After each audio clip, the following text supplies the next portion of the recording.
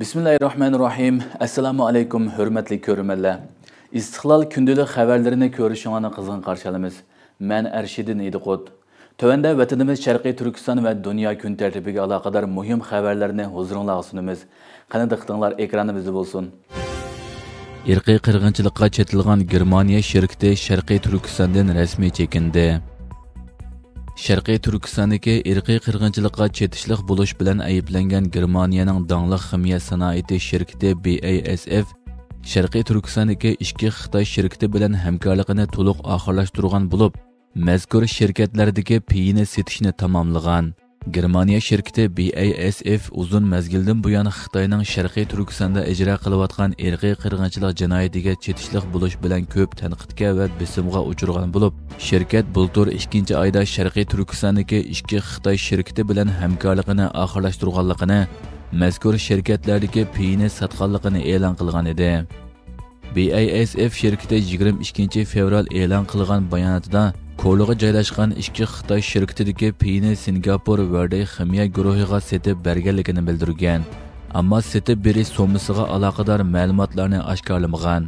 Oldingi yillarda Germaniya axborot vositalari BASF shirkati hamkorlashgan Xitoy shirkatlarining Sharqiy Turkiston xalqining nopusini kontrol qilish va bostirishga chetishliq ekanligini xabar qilgan edi. Shuningdan keyin BASF shirkati kuchli besim va tanqidga duch kelgan edi.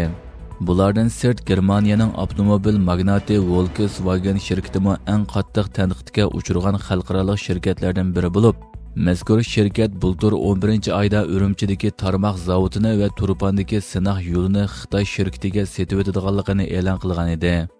Navbatda Xitoyning irqiy qirg'inchilik jinoyati davomlashayotgan Sharqiy Turkistonda yanada turli sohalarga chetishliq ko'plagan chet el shirkatlari tijorat qilayotgan, mavjudligini saqlayotgan bo'lib, orqa e'lon qilinayotgan doklad bu jinoyatlarni bir-birlab fosh qilmoqda. Mutaxassis Trumpning savdo urushi Xitoyning majburiy emgak jinoyatini nishon qilishi kerak dedi. Inson haqlarini kuzatish tashkilotining sobiq ijroiya raisi Kenneth Ross 22 aprel Amerikaning dongli nashr Abkori tashqi siyosat jurnalida maqol e'lon qilib, Trump hukumatining savdo urushida Xitoyning Sharqiy Turkistondagi Uyg'ur majburiy emgaki jinoyatini nishon qilishi kerakligini ta'kidladi.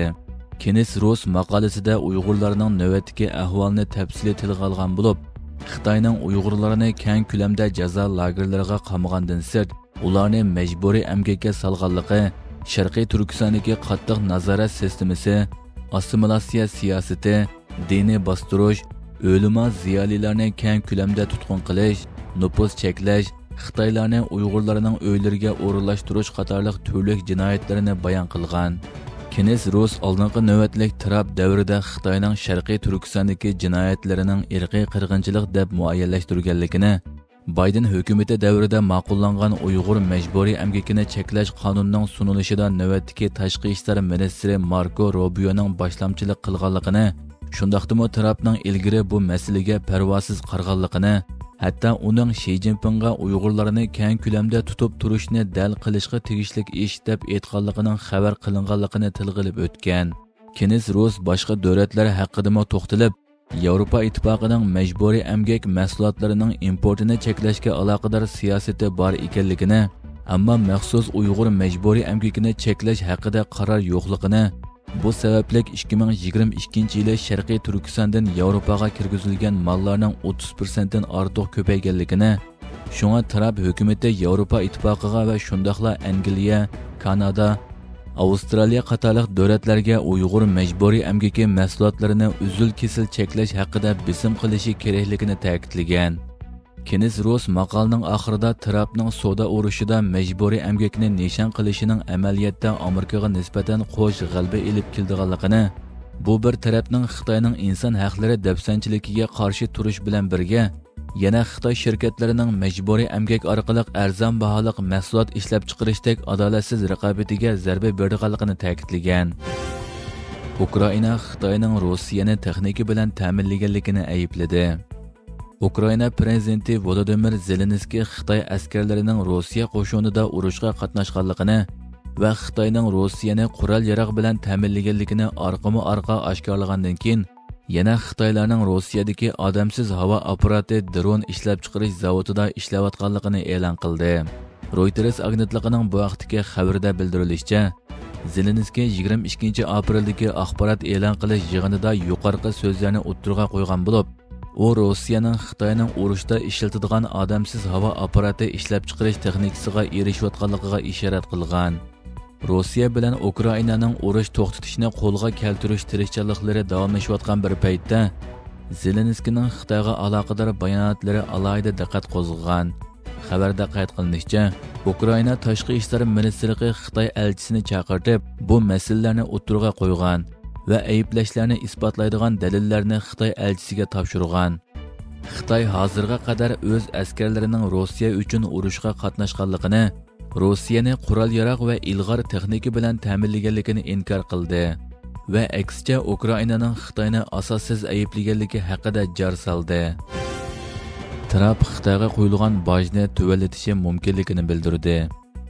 Amerika prezidenti Donald Trump savdo suhbatida Xitoyga yaxshi muomala qilganligini, agar Xitoy bilan kelishim hosil qila olsa, tamojna bejini zo'r darajada tuvalitadiganligini, ammo nolga tushirmaydiganligini bildirgan. Bloomberg agentligining xabar qilishicha, Trump savdo suhbatida Xi Jinpingga qattiq muomala qilishning hojati yo'q deb qaraydigan bo'lib, u Xi Jinping bilan ko'rishganda Xitoy virus masalasini tilga olmaydiganligini, chunki buning intayin sezgur tema ekanligini bildirgan. Analizchilarning qarashicha, Trumpning so'zlari hozirgi Amerikaning navbatdagi Xitoy siyosatidagi murakkablik va xilma-xillikni aks ettirdi ekan.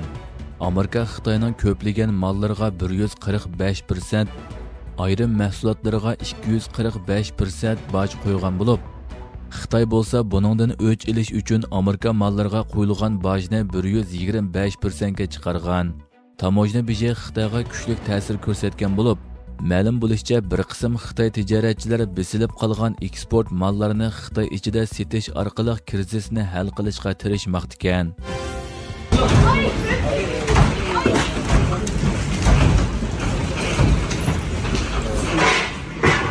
İstanbulda qattiq yer tavirdi. Bugun İstanbulda az ko'riladigan darajada yer tavirgan bo'lib, 6,2 balga yetgan bu qitimliq yer tavrash İstanbul xalqini vahimaga soldi.